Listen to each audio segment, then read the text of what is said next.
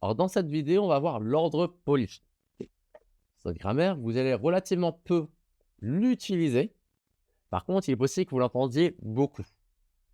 Du coup, le niveau de maîtrise que vous avez besoin d'avoir sur cette grammaire est beaucoup plus bas. Si vous arrivez à la comprendre, mais vous avez du mal à l'utiliser, pas de problème pour un voyageur. L'idée, c'est qu'en fait, on vous donne une instruction. C'est purement ça, c'est un ordre, sauf qu'il y a de la politesse inclus dedans. Ça, on ne vous parle pas comme un chien. Cette grammaire est assez simple. C'est quoi? Donc, c'est toujours sur un verbe, hein. Un peu range ça, rangez ça, asseyez-vous ici, heu, allez chercher, votre sac, par exemple. C'est toujours sur un verbe. On va prendre ce verbe, on va prendre son radical présent et dessus, on va prendre un verbe, on va prendre son radical présent et selon si ça une par une voyelle ou une consonne, encore une fois, on va lui coller quelque chose de différent.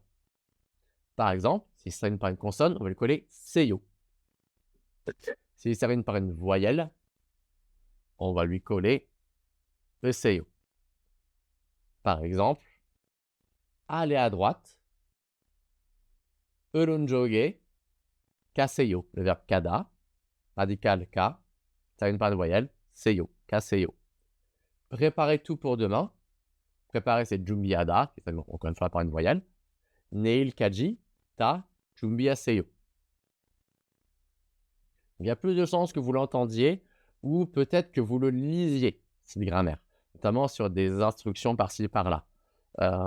Parfois, il y a une version honorifique qui est utilisée, que vous pourrez voir, mais ça peut être utile au moins de la reconnaître. On dit: «Ah, là, elle m'a dit une phrase, c'est un ordre». Donc, par exemple, si vous ne la comprenez pas, ça peut être utile de demander à répéter ou demander de le dire en anglais parce que c'est sûrement quelque chose d'important. Et il y a une situation où vous allez vous-même l'utiliser. En fait, c'est pour demander quelque chose, notamment quand vous commandez, en mode, «Je voudrais ça, je voudrais ça». Comment on dit ça? On va utiliser le verbe juda qui veut dire donner et on va utiliser le seiyō dessus, donc juseyo. Pour ceux qui regardent du contenu coréen, vous avez sûrement déjà beaucoup entendu le juseyo. Donc par exemple, si vous voulez, de l'eau, vous pourrez dire moule, qui est l'eau, moule juseyo. Vous voulez, du pain, pang, qui est le pain, pang juseyo. Ça veut littéralement dire en fait: «Donnez-moi» ou «Veuillez me donner du pain, veuillez me donner de l'eau». Donc le juseyo, retenez-le tel quel. Vous embêtez pas à retenir en mode: «Ah, c'est juda avec la grammaire».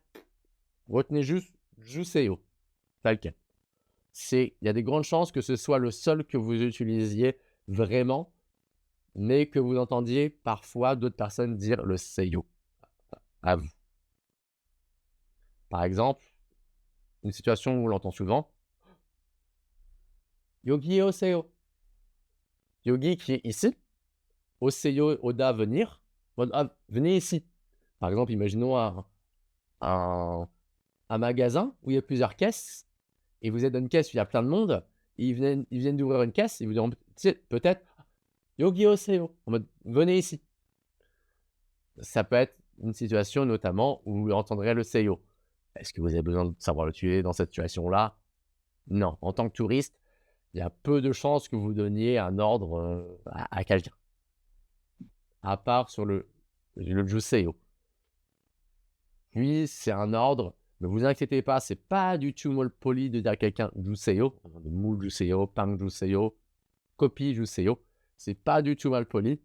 Heu, du fait qu'il y a la politesse vraiment d'inclus dans cette grammaire, c'est très poli, il y a pas de problème. C'est la grammaire qu'on va voir qui est la plus polie. Vous n'avez pas à vous inquiéter là-dessus. Allez, c'est tout pour cette grammaire et on passe à la grammaire suivante. Kaja.